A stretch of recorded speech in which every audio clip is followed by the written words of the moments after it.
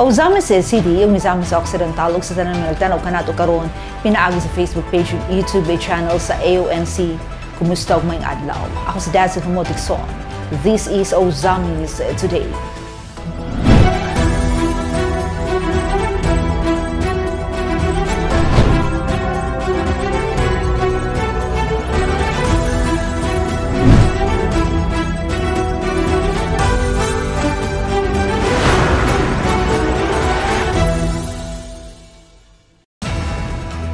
Sa ato ang mga headlines.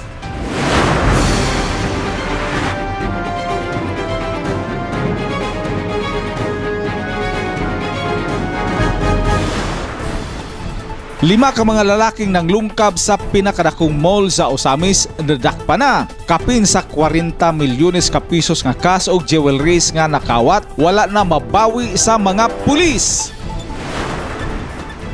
Libreng serbisyo na hatag sa Provincial Government-owned Hospital sa Misamis Occidental ubos sa liderato ni Governor Waminal. Duha ka mga volunteers misuong sa drainage nga giagian sa mga sospitsado sa Gaisano Robbery. May saysay sa nakita ngadto sa kapulisan. Pila ka bulan nga honorarium sa mga BHWs ug BPATs sa Osamis gi-release na. Osamis City wala makatala og mga firecracker incidents atol sa pagsugat sa bag-ong tuig 2024.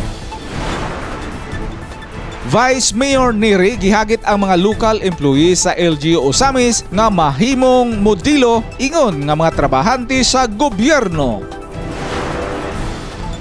Usa ka anak nga dili na unta magpaopera sa may sakit nga inahan tungod sa kakulang sa kwarta natabangan sa Asinso Osamis Free Hospitalization Program.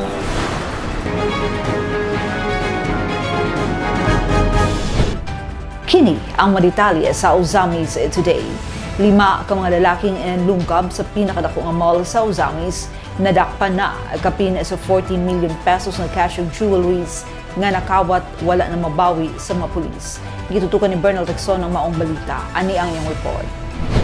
Kalabuso og nagtingkagol na sa pagkakaroon sulod sa temporary detention cell sa Osamis City Police Station og nag-atubang sa kasong robbery ang lima ka mga suspects sa pagpanglungkab sa duha ka mga gold jewelry store tenant sa Gaisano Mall, Osamis Branch nga malampuson nakasulod og nakapangawat sa mga mahalong bulawang alahas og kwarta. Pinaagi sa pag-agi sa ilang gibuhat nga tunnel pasulod sa mall. Kahinumduman pasado alas 11 sa buntag Enero 1, natigaw ang mga katawhan ng syudad human mabaniog nga gilungkab ang Gaisano Capital Osamis diin matud pa nadala sa mga wala pa mailing mga kawatan ang gibana-bana sa dili mokubos sa 40 milyones ka pisos nga cash and assorted gold jewelries sa Oro Italia Fine Jewelry Shop, GKC Jewelry Shop. Lakip ang wala pa usab matino nga kantidad sa sulod nga cash sa Metrobank's automated teller machine kun ATM nga lakip sa gilungkab sa mga kawatan. Sa gipahikayong ambush interview, gipahayag ni Police Major Dennis Piñastano, Osamis City Police Station Chief, pagkatapos madawat ang reklamo sa Gaisano Mall Management, iya dayong gipadala ang iyang mga sinaligang kapulisan para mag-imbestiga sa nasangpit nga kaso. Matud pa niini, nakadawat usab siyag specific instructions gikan ni Osamis City Mayor Attorney Henry Waminal Jr. nga istrikto gayon nga pagatutukan ang mga detalye sa pagpanglungkab aron matumbok ang mga nagbuhat niini og madakop sa dali nga panahon ang mga suspect. Matud pa ni Major Dinistano. Na-inform me 11:48 in the morning,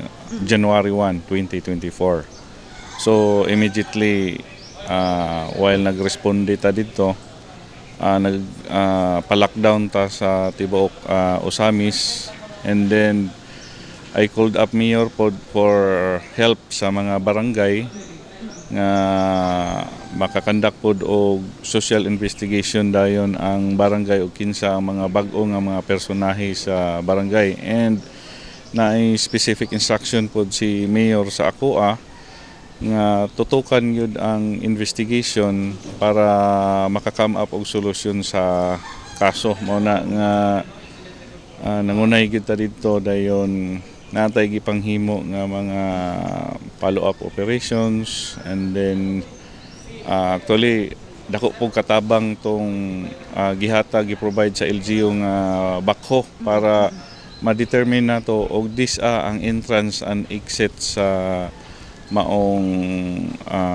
pagpangransak sa usa ka mall, kay wala man gi-force sa mga windows and doors didto ra gyud ning agi ending exit sa floor nga ilahang gibangagan dito sa food court. Giangko ni Major Tano nga sa sinugdanan, blanco gayud ang kapulisan ug wala gyud sila'y makuhang ideya kung kinsa ang mga responsable sa pagpanglungkab sa gaisano. Maayo na lamang may nagboluntaryo sa paghatag sa accurate information ngadto sa mga pulis nga nagresulta sa pagkadakop sa mga suspects. Kumbaga sir, no stones unturned gyud sa inyo ang gihimo nga actually, mo na word ni Mayor nga no stones unturned during the conduct of investigation. So mo na nga pasalamat po ko sa Ginoo nga at least na apoy guidance ba nga actually kay blanco may permero nga kinsa ka ni. But then naaragay as we go along, naaragay mga information nga nahatag naapoy mga ning participate, no, na nga ma-file ra gyud nato ang kaso, and natay mga suspects nga naaresto. Ang dali nga pagresolba sa gaisano robbery mao'y resulta sa panagtinabangay sa tanang mga ehensya ug departamento sa Philippine National Police sa Misamis Occidental under the direct supervision of PNP-10 Regional Director Police Brigadier General Ricardo G. Layug Jr. Mismo si Misamis Occidental Police Provincial Director Police Colonel Dwight Monato ang personal gayud nga nakatutok og mitabang pa sa pag-imbestiga sa nasangpit nga kaso. Pipila ka oras lamang ang milabay, may lead na ang kapulisan og malampusong nadakpan ang mga salarin. Adlaw Miyerkules, Enero 3, pasado alas 3 sa kapunon, hingpit nang napasakaan og kaso sa Usami City Prosecutor Office ang 5 ka mga primary robbery suspects ug lakip na niini ang mga nakalayas nga mga jandos nga may kalambigitan sa nasangpit nga krimen. Una, napaila na to kaso si Alfred Gomez Baterna, taga Puro 4, Barangay Isidro de Tantagum City. Francis Joel Saison Baterna, taga Purok City, Barangay Isidro de Tantagum City. Alberto Imlo Batulaso, taga Alona, Barangay Migkanaway, Tangub City. Barangay Brian Completo Monte Alto, Barangay Mangga, Madasigon, Purok Mangga, Barangay Madasigon, Mulabi, Zamboanga del Sur. And si Ramil Apatan Villarmente, taga Purok 2, Barangay Overview, Liloy, Zamboanga del Norte. Okay. And several jandos kay wala na to gi-close nga napagi mga lain pa nga mga suspetsado. Okay. Gipaklaro ni Major Tano nga Disyembre 29 pa lamang gisugda na sa pagtrabaho sa mga suspects ang ilang plano sa pagpangawat sa gaisano. Dako og ikatabang ang CCTV footages sa nasangpit nga mall sa pag-ila sa mga suspects. Lakip na sab niini ang circumstantial evidences nga nakapadali sa pagtunton sa mga suspetsado.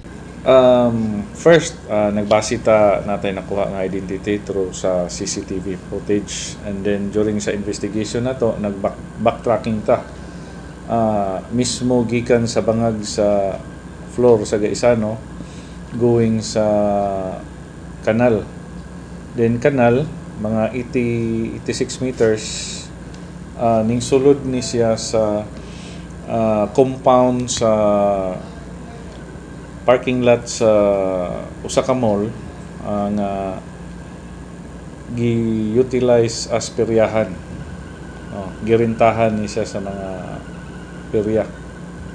So only wala ing garin dito kundi mga taga-perya ra na sila mga kubo-kubo dito. Of course, separate man tong ilahang peryahan na magabi nga naimo anhang mga tao. And then napod sila mga balay-balay dito. So dito ra dool sa ilahang mga kubo-kubo, mga 50 meters siguro ang gilayon sa bangag dito sa ilahang kubo. Gidugang sa hipi sa kapulisan sa Osamis nga maayong pagkaplano ang pagransak sa nasangpit nga mall pero dili siya makaingon nga mga professional robbers ang grupo. Gidugang niini nga baguhay pa lamang nagkaila ang 5 ug didto lamang na-recruit ang 3 kanila sa piryahan usab sa Tangub City. Well planned siya pero base sa atong initial nga profiling sa mga suspects and investigation. Kani nga mga personality sa gikan sa Tangub na employed lang ni siya sa peryahan September nga time nga dito sila sa Tangub nag-establish og peryahan and then nadala sila diri sa Osamis. So kung mao na atong basihan murag bag-o pa sila nagkapuan aning sa uban nga mga personality. So local siya siguro naay isa sa ilaha nga naay experience kabahin ani. Pero kung atong lantawon ang kalot nila is dito na gyud paliko sa Gaisano kay only ang kalot nila diri is para lang man maka-access sila sa kanal from compound sa peryahan to Gaisano. So ang ilang gikalot mga about 5.5 meters nga para masulod ang Gaisano pataas sa floor sa food court. Gipaklaro ni Major Tano, 6 ka mga empleyado sa perya ang involved sa krimen. 5 lamang ang nakasuhan ug ang usa kanila ang nahimong state witness human kini miangkon sa iyang involvement. Gidugang ni Hipi, 3 sa 5 sa mga nakasuhan ang nakita sa Gaisano CCTV footages. 3 sila. Nay isa ana nga torn witness nato. So unom sila na isa nga na witness na to ning cooperate sa kapulisan kay nasakpan naman gud sakpan na murag sa iyaha is murag napugos ra pod siya nga mag-apil-apil bisag nakulbaan siya pero karon nga nasakpan ni siya sa pulis so siyempre iyaha mong luwason iyang kagalingon. Tuloan nakuha sa CCTV. And ang duha ni is na identify na to through sa testimony sa atong witness. So minado silang tulungan sila to. Yes. Bisan pa man kung nakasuhan ang 5 sa mga salarin, apan ang nakaparat niini wala na ma-recover sa mga police operatives ang mga bulawang mga alahas ug salaping cash sa 2 ka mga gold jewelry store. Lakip na ang sulod nga salapi sa ATM machine tungod kay matud pa gidaga na kini sa mga mastermind sa Ala Money Heist Osamis City's New Year's Eve robbery. Una pa makaabot ang mga pulis sa lugar diin sila nadakpan. Hinoon, may pipila ka mga alahas nga nangatagak sa area sa pagtakas sa mga kawatan o mao na lamang kini ang na-recover sa mga pulis. Alang sa Osamis Today, ako si Bernal Tixon. Salamat Bernal. Libreng serbisyo na hatag sa provincial government-owned hospitals sa Misamis Occidental ubos sa liderato ni Governor Waminal. Ang good news ni ng report. Usa sa mga serbisyo nga nahatag sa katawhan sa administrasyon ni Governor Henry S. Waminal mao ang libreng serbisyo ngadto sa katawhang Misamisnon sa provincial government-owned hospitals sa Misamis Occidental. Kini ang usa sa mga accomplishments nga nahatag sa Asenso Misamis Occidental Administration ni Governor Waminal nga iyang gipaabot sa katawhan sa bag-uhay pa lamang napahigayon nga year-end assessment report sa gobernador. Apan, giunsa ba sa usa ka Governor Waminal paghimo nga masustain kini nga multi-million peso nga programa nga dili mabutang sa alanganin ang panudanan sa probinsyal nga mga balay at tambalanan.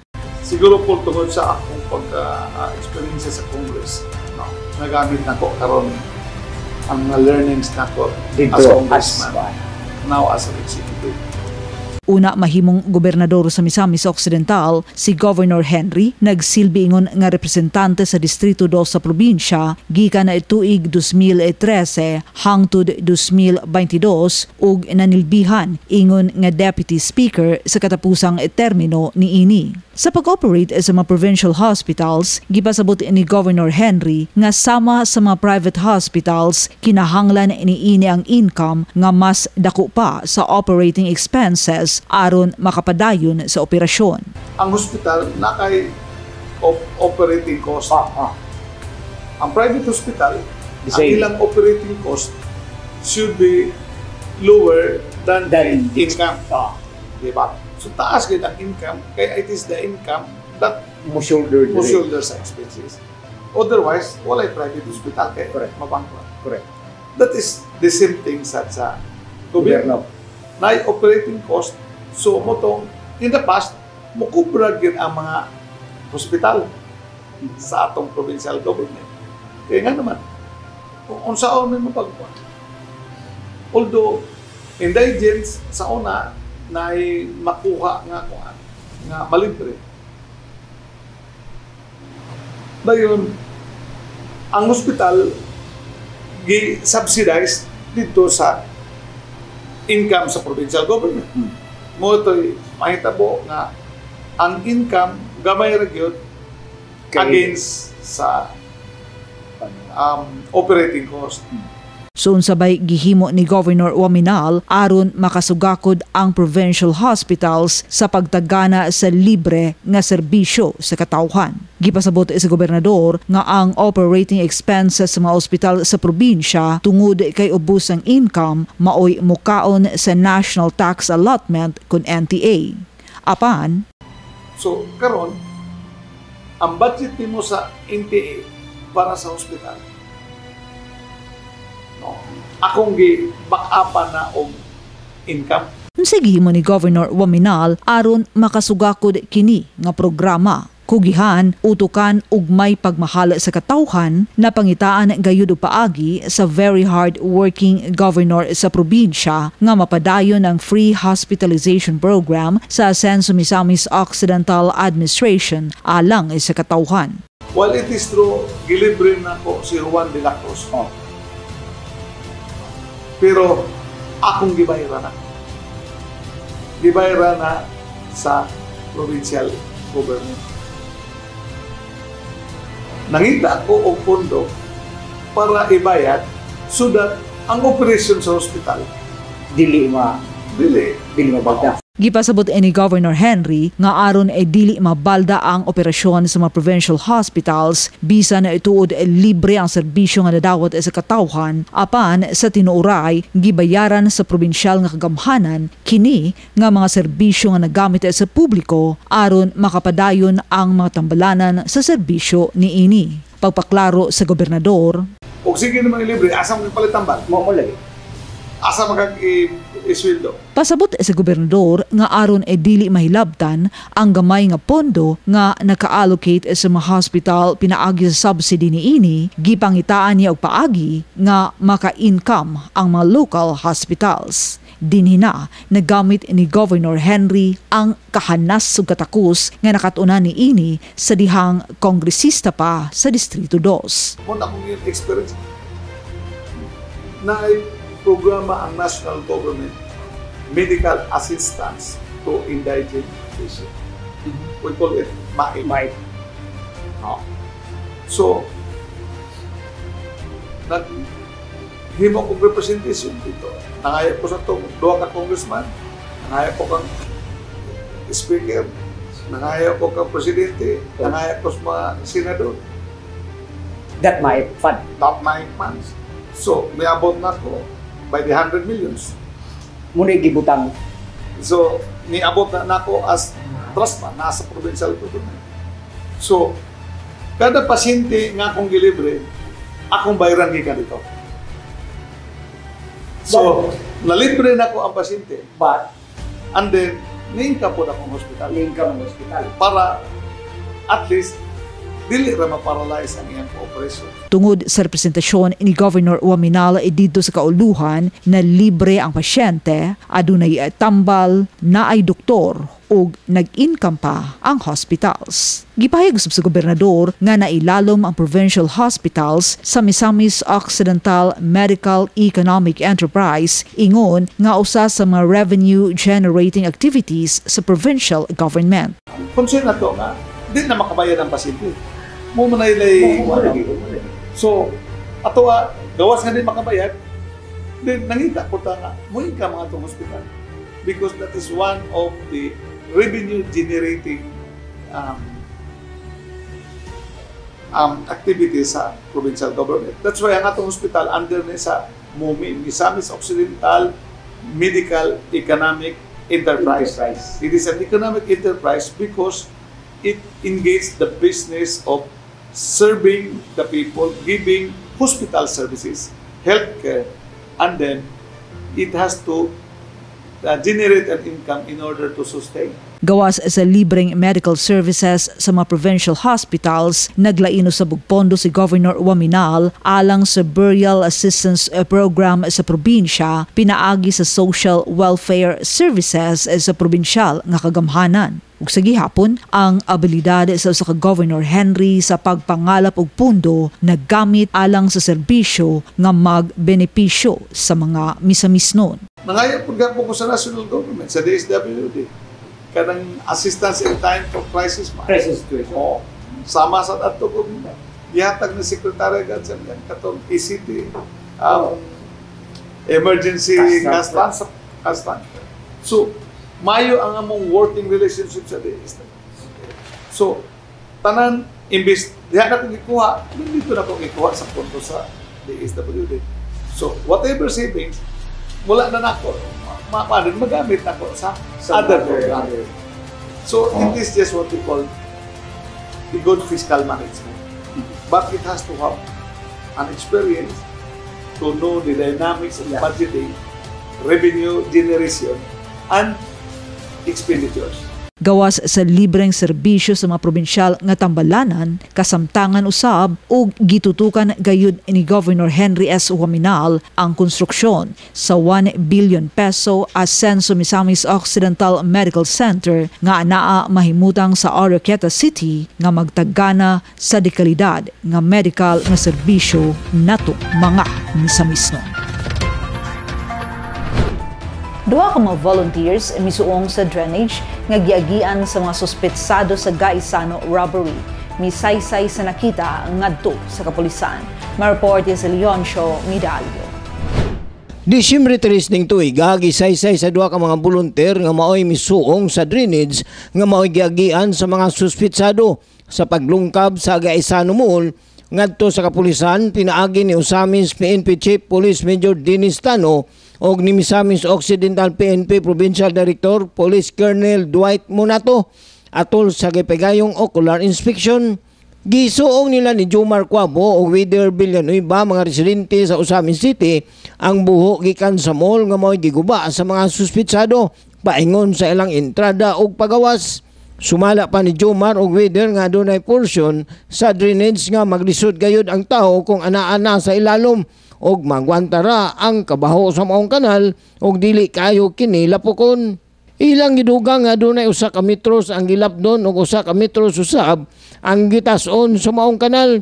Wala sila'y nakita nga mga butang nga mao'y gigamit pagbungkag sa simento padulong pasulod sa maong mall. Gawas lamang sa mga guantes og sanina nga gituan iya sa mga suspetsado. Makaya ra dili ra pud kayo ingon nga baho. Makaya rin sa tao, di yan yung kama poison sa baho.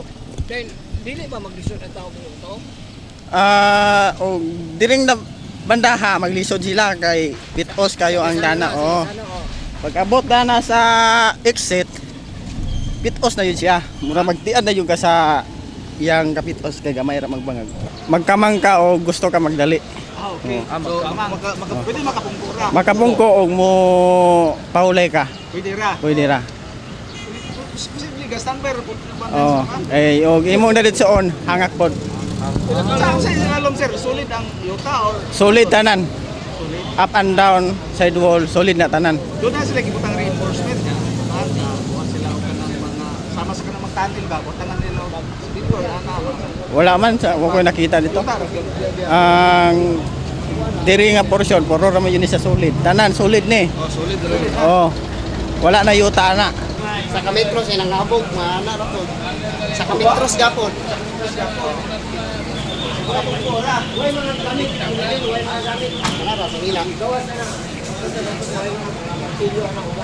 Wala, mga sinila ra nakuha na mo. O guantes. Ay, contest dito, sir. Ilan ka mo contest dito? Lagyan doy. Pero ito ba dito nakalisod sa kabila? Sa color sa mga contest, sir. Itom. Puro mga itom. Ang maong ocular inspection sa kapulisan gisaksihan usab ni PNP Regional Director 10 Police Brigadier General Ricardo Layog. Ilang isubay ang maong drainage gikan sa mall painguna sa entrada nga diin misulod ang mga suspitsado nga naa sa compound nga giabangan sa usa ka peryahan nga naa sa Barangay Santa Cruz. Ang 5 ka mga suspitsado formal lang ipasakaan og kasong robbery sa piskalya Disyembre 3. Ang 3 nagagikan sa Dakbayan sa Tangub, usa sa lungsod sa Mulabi, Zamboanga del Sur ug ang usa gikan sa Liloy, Zamboanga del Norte. Alang sa Usamis Today, ako si Leoncio Medalio. Salamat Leoncio. Pila ka bulan nga honorarium sa mga BHWs ug BPAT sa Usamis gi-release na. Ani ang report ni Donnie Dicena. Kompleto ang kasaulugan sa Pasko ug bagong tuig sa mga BHW o Barangay Health Workers o BPAT o Barangay Peacekeeping Action Team human madawat ang ikatulong nga kwarter nga allowance ni atong Disyembre. Ang pag-release sa ilang mga allowance gipanguluhan sa Mayor's Office pinaagi sa representante nga si Ma'am Iris May Tubayan og sa pagsaksi usab sa bagong set of officers sa Association of Barangay Captains sa Usamis pinaagi ni ABC Vice President John Carlo Moralion sa ngalan ni ABC Federated President Salvador Canlas Jr. og sa Asenso Usamis Administration. Gikalipay og gipasalamatan pag-ayo sa mga BHW og BPAT member sa Usamis ang pag-release sa ilang pila ka bulan nga allowance gumikan kay magamit kini sa ilang pag-celebrar sa Pasko ug pag-sugat sa bag-ong tuig. Sa pakigpulong ni ABC Federated Vice President Kapitan John Carlo Moralion, iyang giauhag ang mga BPAT nga ipadayon ang suporta sa pagpatuman sa kalinaw sa matag barangay aron padayong masinati ang kahapsay ug kalinaw. Ipadayon ang suporta sa Asenso Usamis Administration ug dilihatagan o higayon ang mga grupo kaniadtong nakadaot sa dungog sa Dakbayan sa Usamis. Thank you and welcome sa atuang activity today. Hopefully nga smooth ang atong pag-distribute. So thank God nga nakaabot mo diri in safe and sound. So thank you once again. Good morning. Akong dakong pagtahod, dakong pasalamat kanunay sa ato ang halangdong Governor Henry S. Waminal, ato ang Congressman Ando Waminal, sa atong Mayor Indy Waminal, o sa Team Asenso tanan, no? So atong pakpakan ang ato ang Team Asenso. Dili mani mahimo og dili tungod nila. Dili ni mahitabo og dili tungod sa ilang mga nindot nga plano. So ang ato ang tulo ka amahan karon wala gid diri tungod pud sa ilahang security kay kita nakabalo magita nga daghan og naagay mga daotang tao nga gustong mukutlo sa ilahang kinabuhi. Kay nga naman, kay gusto sa mga daotang tao nga ibalik og unsa ang Usamis sa una. Gusto ba ta nga ibalik na ingon ana? O mao na nga atong pakpakan ang Team Asenso tungod kay atong nakabot ang misamisdon, magpuyong malinawon, malambuon og alang sa Usamis Today, Adonai Dicena reporting. Salamat Donnie. Usamis City wala makatala og mga firecracker incidents at ulo sa pagsugat sa bagong tuig 2024. Ma-report si Glenn Ray Roluna.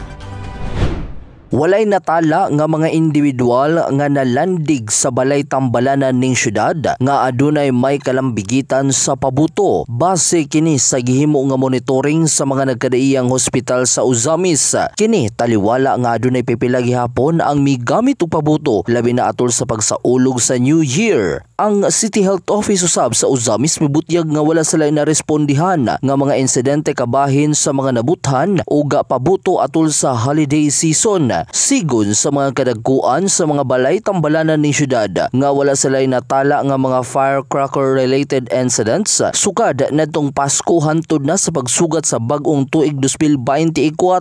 As of today sir, 11 at 12 noon wala pa man sir sukad adtong nagmonitoring ta last December 21 atong start sa monitoring. Hantod karon wala so far sir kaluyan wala man pod. Wala rin mga firecracker incident, stray bullets, wala raman.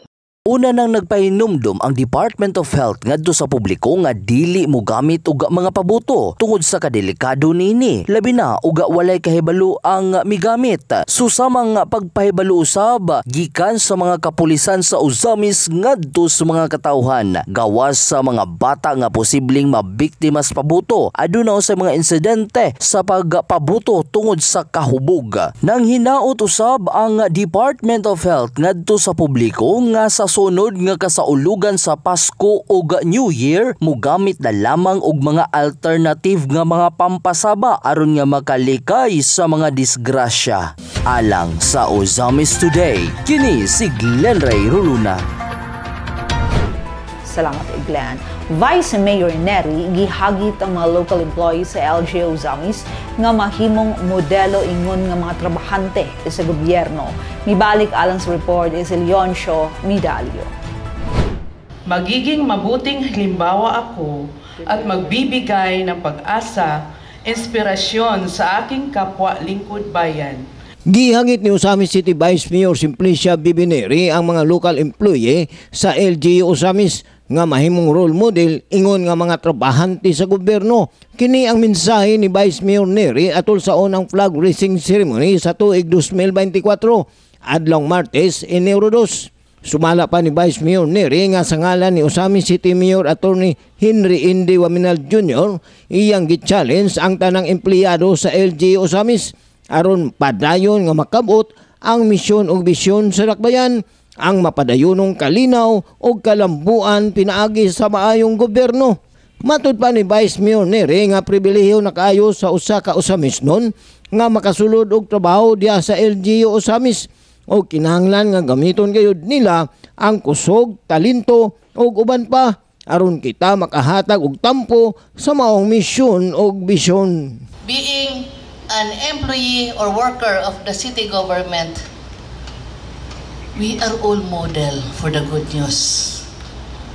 Ato nang paningkamutan, and that is a challenge to all of us for this year 2024. So in behalf of our City Mayor, Mayor Indy Waminal, kitang tanan are being challenged for this mission and vision for Ozamis City so that we can achieve the lasting peace of Ozamis City. Building lasting peace and progress through good governance and resilient faith. So ingon ana ang atong ang atong guidelines no nga atong patakaran sa atong pagpadagan, sa atong pagpanginabuhi, sa atong pagpanarbaho dinhi sa LGU of Ozamis. Iyang gidugang kung unsa man ang wala mahuman nga trabaho sa nakalabayng tuig, kinahanglang ipadayon karong tuig og himuon nga ang tuig 2024 mas mabungahon og malambuon aron kita magpuyong malinawon, malambuon og malipayon. Let us forget unsa to nga mga misgivings katong nga wa na to matrabaho tang-taon na nato ug gikinahanglan ba tong atong trabahon for the year 2024. Atong himuon ang the year 2024 a more fruitful year, no, mas mabungahon pa, mas malambuon pa.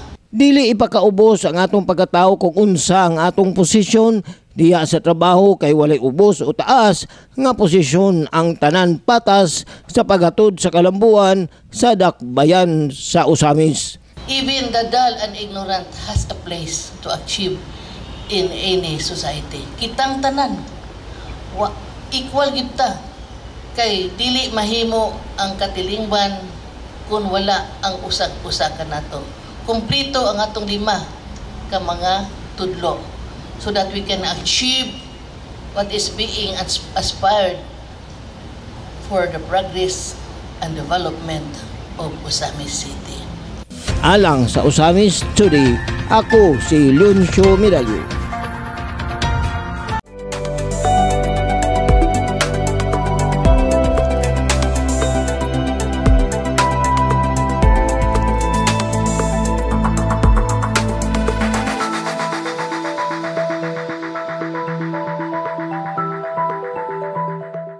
Usa ka anak nga dili na unda magpaopera sa may sakit nga inahanay tungod sa kakulang sa kwarta natabangan sa Asensa Osamis Free Hospitalization Program.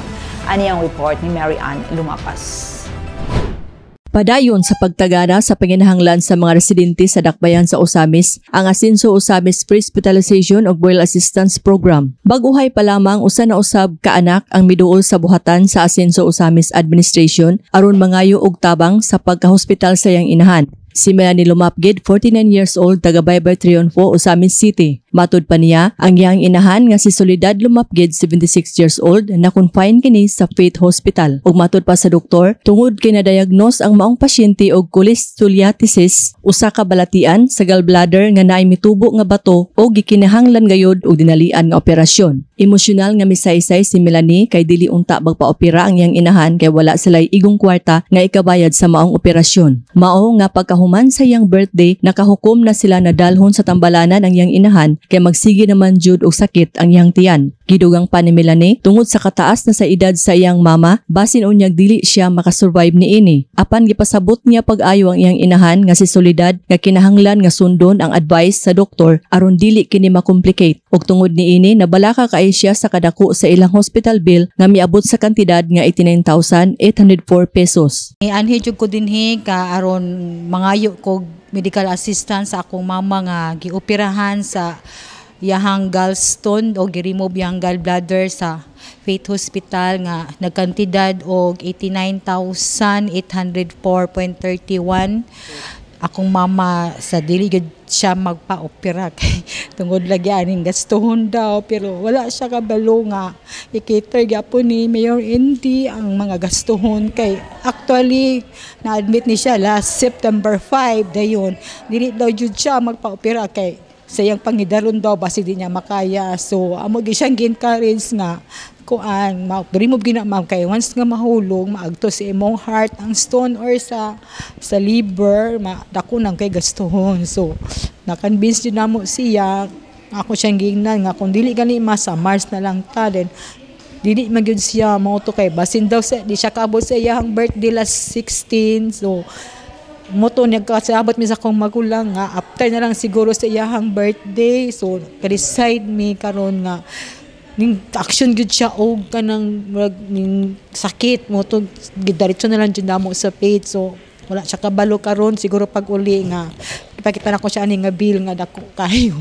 Hinungdan nga sa ikaduha nga higayon, nangayon na usab siya og medical assistance kang Mayor Indy o sa Asensa Osamis Administration ug tuod man dili masukod ang gibati nga kalipay ni Melanie sa dihang gi-zero balance ang ilang excess bill pinaagi sa Asensa Osamis Free Hospitalization Program. Malipayon ug mapasalamaton kay si Melanie kang Mayor Attorney Henry Indy F. Pominal Jr. nga nasulbad ang iyang bayronon sa ospital ug malampuson kayo ang operasyon sa iyang mama. Gikalipay kayo ni Melanie nga gipadayon ni Mayor Indy kining maong programa og libuan na ka mga katawang Osamis nun ang nakapahimulos niini. So salamat kay sa Team Asensa nga gitagaan jud mi og kaduha nga higayon nga masiro amo ang bill sa Faith Hospital.